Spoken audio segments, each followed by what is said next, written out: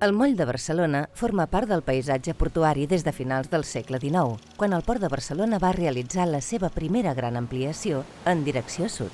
Els nous vaixells de vapor i el creixement del comerç internacional van fer necessaris nous molls equipats amb grues i magatzems cada vegada més grans. El moll de Barcelona hi va donar resposta amb successives ampliacions que li van donar la seva forma actual ben entrat al segle XX.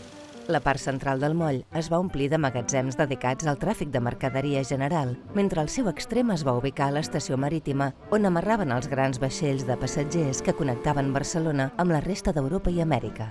Per aquest moll va passar bona part de la migració catalana a Amèrica de principis del segle XX, alhora que va ser la porta d'entrada a Barcelona de figures com Pablo Picasso. El moll de Barcelona, però, no només va acollir usos comercials, també va funcionar com a base per a vaixells militars i els dos grans clubs nàutics de Barcelona hi van tenir la seva seu bona part del segle XX. A la dècada del 1930 s'hi va instal·lar la Torre Jaume I del Telefèric, una de les icones arquitectòniques del port. Amb tot, va esdevenir un important pol d'atracció per a la ciutadania. Gradualment, l'activitat portuària s'ha desplaçat en direcció sud i, en l'actualitat, el moll de Barcelona és el punt d'unió entre el port ciutadà i la zona comercial del port de Barcelona.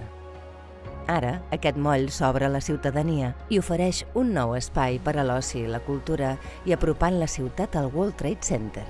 Així, el Port de Barcelona segueix avançant en la seva transformació, ampliant els seus espais a disposició del públic per esdevenir un port més obert i més ciutadà.